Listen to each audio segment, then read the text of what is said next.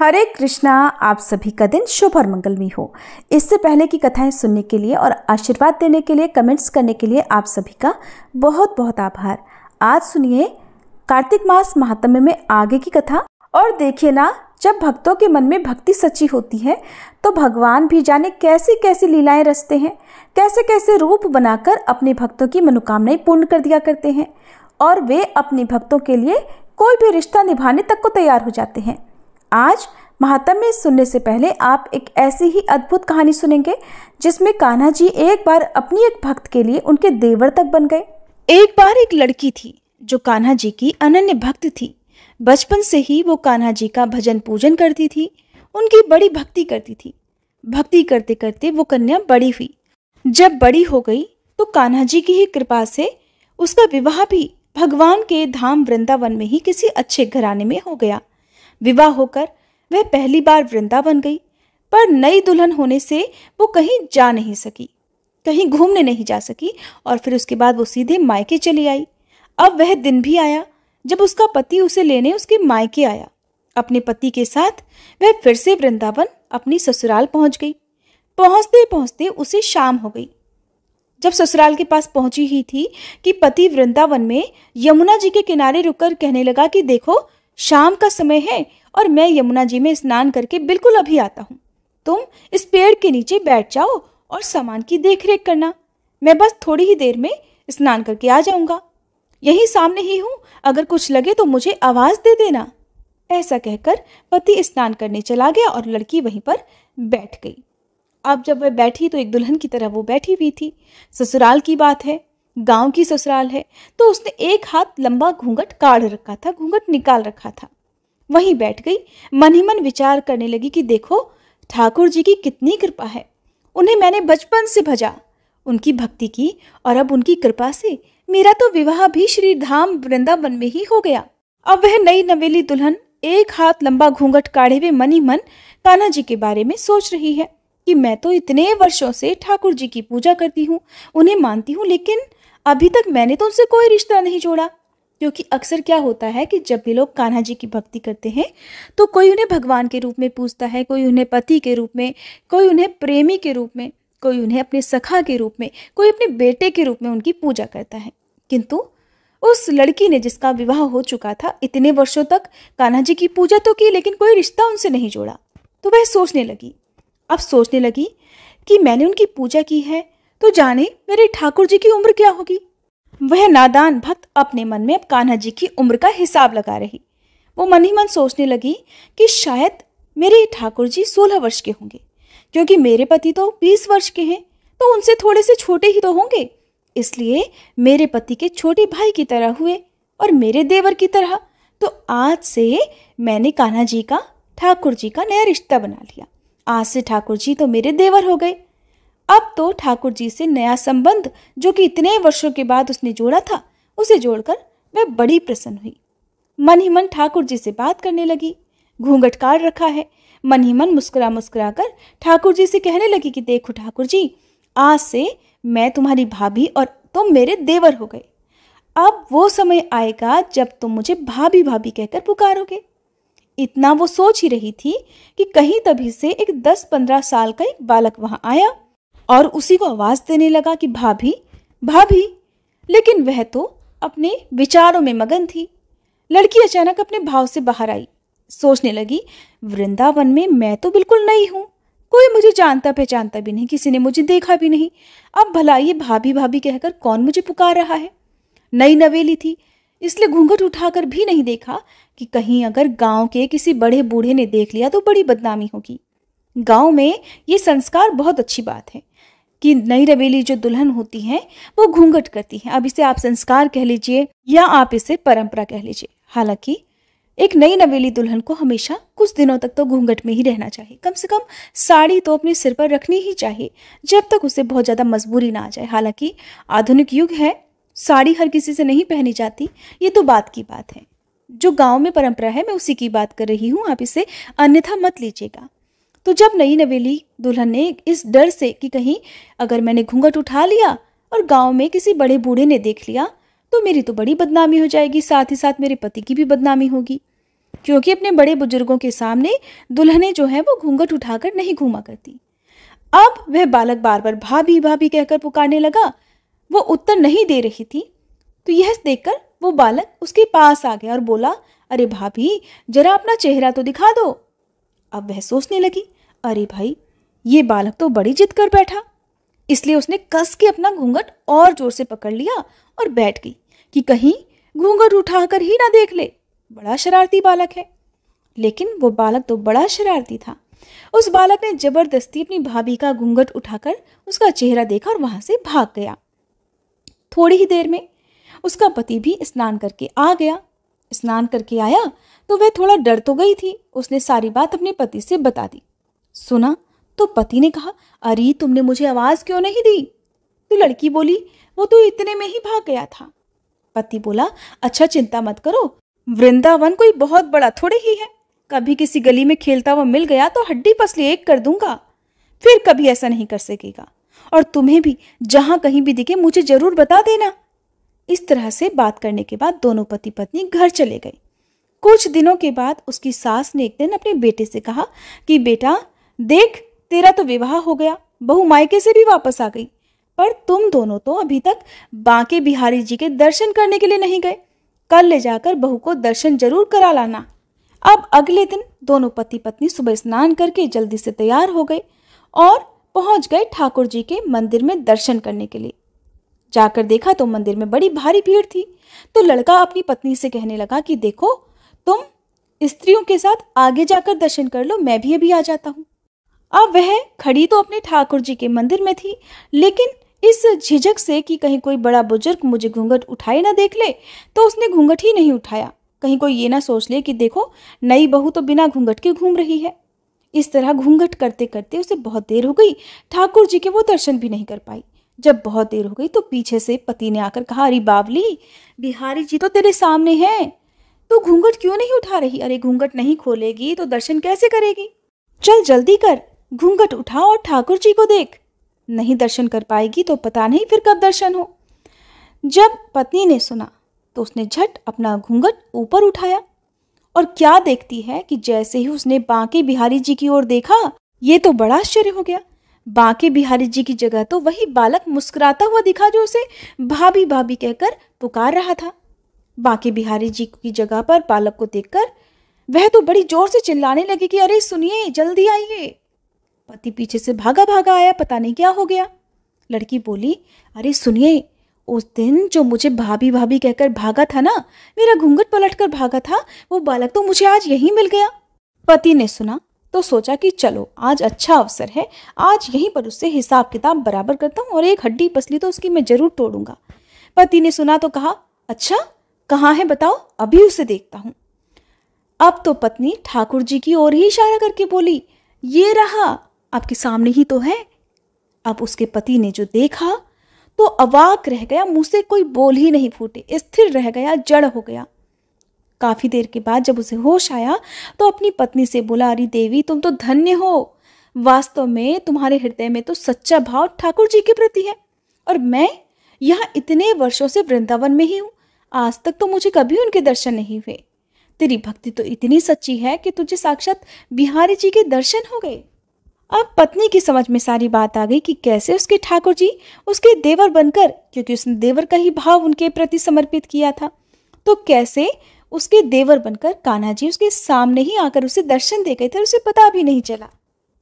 तो ये होती है सच्ची भक्ति, जो जैसे रूप में अपने आराध्य देवी देवताओं को भजता है, वो उसी रूप में आकर कैसे न कैसे उसे दर्शन जरूर देकर जाते हैं। बस अपनी भक्ति सच्ची रखनी चाहिए। अपने इष्ट देवी देवता पर, चाहे कान्हा जी हो या आपके कोई भी देवी देवता हो, उन पर से आपका विश्वास कभी भी डगमगाना नहीं चाहिए, चाहे कितनी भी मुश्किल घड़ी क्यों ना हो। बस अपने मन में विश्वास रखिए कि ये दुख के दिन भी एक दिन दूर जरूर हो जाएंगे। जीवन और मरण, ये दो बहुत कड़वी सच्चाइयां हैं जो हर किसी के जीवन में आती हैं। सभी की मृत्यु होनी है, सभी का जीवन भी होना है, तो बस इन दोनों पर हमारा वश नहीं चलता। बाकी सब कुछ तो भगवान की लीला है ही। बाकी कुछ कुछ तो हमारी भक्ति और हमारे भावों पर भी निर्भर करता है कि हमारे भाव कितने सच्चे हैं। ये थी आज की कहानी। अब सुनिए कार्तिक मास महात्म्य का 23वां अध्याय।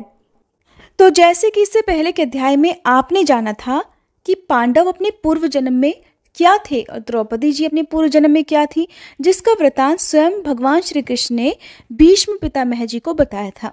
भीष्म पितामह ने भगवान श्री कृष्ण के मुखारविंद से भीष्म पंचक व्रत के महात्म्य का वर्णन भी सुना। ये सारी कथाएं श्री ब्रह्मा जी अपने मानस पुत्र देवर्षि नारद जी को सुना रहे हैं। तो ब्रह्मा जी कहने लगे, हे नारद, कार्तिक शुक्ल एकादशी को भगवान विष्णु अपने 4 मास के शयन के पश्चात उठते हैं, इसलिए इसे हरि प्रबोधिनी एकादशी भी कहा जाता है। इस एकादशी का व्रत रखने से वाजपेय यज्ञों से भी अधिक फल की प्राप्ति होती है। साथ ही अनेकों जन्मों के पाप भी नष्ट हो जाते हैं। चातुर्मास जो कि 4 महीनों का होता है, जो चातुर्मास का व्रत होता है, वो व्रत देव उठान एकादशी के दिन यानी कि हरि प्रबोधिनी एकादशी के दिन ही समाप्त हो जाता है। इस दिन व्रत करने वाला यदि ओम नमो भगवते वासुदेवाय मंत्र का जप और रात्रि जागरण करे तो उसे वर्ष की सभी एकादशियों का फल भी प्राप्त हो जाता है। इस एकादशी का व्रत सभी प्रकार की सिद्धियां और अंत में मोक्ष प्रदायक तो है ही, आज भगवान विष्णु की विशेष पूजा और देवताओं के जागने के उपलक्ष्य में समारोह भी करना चाहिए। इस व्रत के साथ साथ भीष्म पंचक व्रत करने वाले तो प्रभु के विशिष्ट प्रिय पात्र बन जाते हैं। भीष्म पंचक व्रत कार्तिक शुक्ल एकादशी से प्रारंभ होकर पूर्णिमा को समाप्त हो जाते हैं। इस दिन ऋषि और पितृ तर्पण करना चाहिए। भीष्म पंचक व्रत में वसु के अवतार शांतनु नंदन, चंद्रवंश में उत्पन्न व्याघ्रपद गोत्र, संस्कृत प्रवर, संतति रहित गंगा जी के पुत्र, सत्यव्रत धारण करने वाले आजन्म ब्रह्मचारी भीष्म जी का प्रतिदिन तर्पण करने से वर्ष भर के सभी पाप भी नष्ट हो जाते हैं। भीष्म पंचक व्रत करने वाला पूर्णमासी और प्रतिपदा अर्थात एकम को खीर का भोजन ब्राह्मणों को कराए, यथाशक्ति दान दक्षिणा देकर उन्हें संतुष्ट करे और उसके बाद स्वयं भोजन करे। चातुर्मास का व्रत करने वाले व्यक्ति इन 4 मासों में जिन जिन वस्तुओं का त्याग करते हैं वे भी आज के दिन अपना चातुर्मास का व्रत पूर्ण करके आज से दोबारा उन वस्तुओं का पुनः प्रयोग भी प्रारंभ कर सकते हैं। हरे कृष्णा। आज का अध्याय समाप्त हुआ। इसके आगे का वृतांत आप सभी कल के अध्याय में सुनिएगा। अब सुनिए श्री तुलसी चालीसा पाठ और तुलसी माता की आरती। जय जय तुलसी भगवती सत्यवती सुखदानी, नमो नमो हरिप्रेसी श्री वृंदा गुणखानी। श्री हरिशीष विरजनी देहु अमर वर अम्ब, जनहित हे वृंदावनी अब न करहु विलंब। धन्य धन्य श्री तुलसी माता, महिमा अगम सदा श्रुति गाता। हरि के प्राणहु से तुम प्यारी, हरहि हेतु कीन्हो तप भारी। जब प्रसन्न है दर्शन दीन हो, तब कर जोरी विनय उस कीन हो। हे भगवंत कंत मम होहु, दीन जानि जानि छाड़हु छोहु। सुनी लक्ष्मी तुलसी की बानी, दीन हो श्राप कंध पर आनी। उस अयोग्य वर मांगन हारी, हो बिटप तुम जड़ तनुधारी। सुनि तुलसी ही श्रव्यो तेहि ठामा, करहु वास तुहु नीचन धामा। दियो वचन हरि तब तत्काला, सुनहु सुमुखी जानी होहु बिहाला। समय पाई ब्योहरो पापी तोरा, पूजहि आस वचन सत मोरा। तब गोकुल मह गोप सुदामा, तासु भई तुलसी तू बामा। कृष्ण रास लीला के माही, राधे शक्यो प्रेम लखि नाही। दियो श्राप तुलसी तत्काला, नर लोक ही तुम जन्महु बाला। यो गोप वह दानव राजा, शंख चूर्ण नामक शिर ताजा। तुलसी भई तासु की नारी, परम सती गुण रूप अगारी। अस द्वै कल्प बीत जब गयहु, कल्प तृतीय जन्म तब भयहु। वृंदा नाम भयो तुलसी को, असुर जलंधर नाम पति को। कर अति द्वंद अतुल बल धामा, कीन्हा शंकर से संग्रामा। जब निज सैन्य सहित शिव हारे, मरहि न तब हर हर ही पुकारे। पतिव्रता वृंदाती नारी, को न सके पति ही संहारी। तब जलंधर ही भेष बनाई, वृंदाढिग हरि पहुँचो जाई। शिव हित लहि करि कपट प्रसंगा, कियो सतेत्व धर्म तो ही भंगा। भयो जलंधर कर संहारा, सुनी उर शोक उपारा। तिह क्षण दियो कपट हरि टारी, लखि वृंदा दुख गिरा उचारी। जलंधर जस हत्यो भीता, सोई रावण तस हरहि सीता। अस प्रस्तर सम हृदय तुम्हारा, धर्म खंडी मम पति संहारा। यही कारण लहि श्राप हमारा, होवे तनु पाषाण तुम्हारा। सुनि हरि तुरत ही वचन उचारे, दियो श्राप बिना विचारे। लख्यो ना निज करतूत पति को, छलन चाहियो जब पार्वती को। जड़ मति तुह अस हो जड़ रूपा, जग में तुलसी बिटप अनूपा। धग्व रूप हम शाली ग्रामा, नदी गंडकी बीच ललामा। जो तुलसी दल हम ही चढ़ई है, सब सुख भोग परम पद पई है। बिनु तुलसी हरि जलत शरीरा, अतिशय उठत शीश उर पीरा। जो तुलसी दल हरि शिर धारत, सो सहस्त्र घट अमृत डारत। तुलसी हरि मन रंजनिहारी, रोग दोष दुख भंजनिहारी। प्रेम सहित हरि भजन निरंतर, तुलसी राधा में नाही अंतर। व्यंजन हो 56 प्रकारा, बिन तुलसी दल ना हरहि प्यारा। सकल तीर्थ तुलसी तर छाही, लहत मुक्ति जन संशय नाही। कवि सुंदर इक हरि गुण गावत, तुलसी निकट सहस गुण पावत। बसत निकट दुर्वासा धामा, जो प्रयास ते पूर्व ललामा। पाठ करहि जो नित नर नारी, होहि सुख भाषहि त्रिपुरारी। तुलसी चालीसा पढ़ी तुलसी तरु गृहधारी, दीप दान करि पुत्र फल पावहि बंध्यहु नारी। सकल दुख दरिद्र हरिहार हुए परम प्रसन्न, आशीय धन जन लड़ही कर बसहि पूर्णा अत्र। लाही अभिमत फल जगत, मह लाही पूर्ण सब काम। जेहि दल अर्पहि तुलसी, तह सहस बसहि हरि राम। तुलसी महिमा नाम लख, तुलसी सूत सुख राम। मानस 40 रच्यो, जग मह तुलसीदास। प्रेम से बोलिए तुलसी महारानी की जय। तुलसी महारानी नमो नमो, हरि की बटरानी नमो नमो। तुलसी महारानी नमो नमो, धन तुलसी पूरण तप कीनो। शालिग्राम बनी पटरानी नमो नमो। तुलसी महारानी नमो नमो, हर की बटरानी नमो नमो। जाके पत्र मंजरी कोमल, श्रीपति कमल चरण लपटानी नमो नमो। तुलसी महारानी नमो नमो, हरि की पटरानी नमो नमो।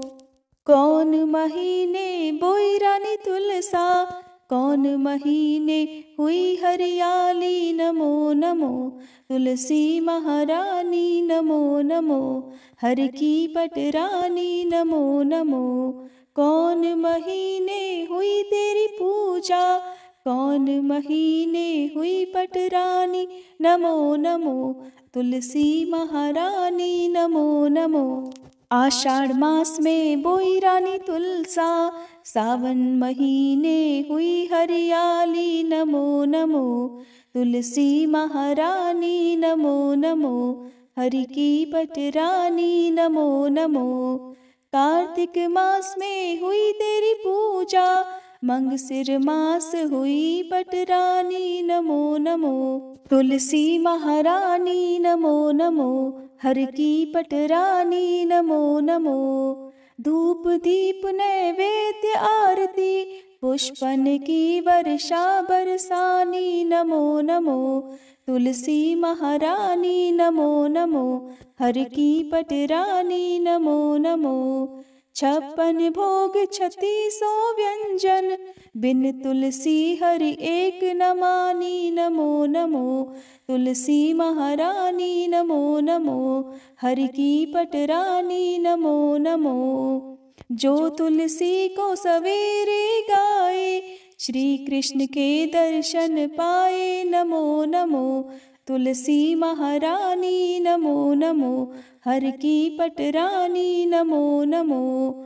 जो तुलसी को दोपहर गाए, खीर खांड का भोग लगाए, नमो नमो। तुलसी महारानी नमो नमो, हर की पटरानी नमो नमो। जो तुलसी को सांझ को गाए, श्री कृष्ण की आरती उतारे, नमो नमो। तुलसी महारानी नमो नमो, हर की पटरानी नमो नमो। जो तुलसी को रात को गाए, श्री कृष्ण के चरण दबाए, नमो नमो। तुलसी महारानी नमो नमो, हर की पटरानी नमो नमो। सब सखी मैया तेरो यश गावे, भक्ति दान दी जय महारानी, नमो नमो। तुलसी महारानी नमो नमो, हर की पटरानी नमो नमो। तुलसी महारानी नमो नमो, हर की पटरानी नमो नमो।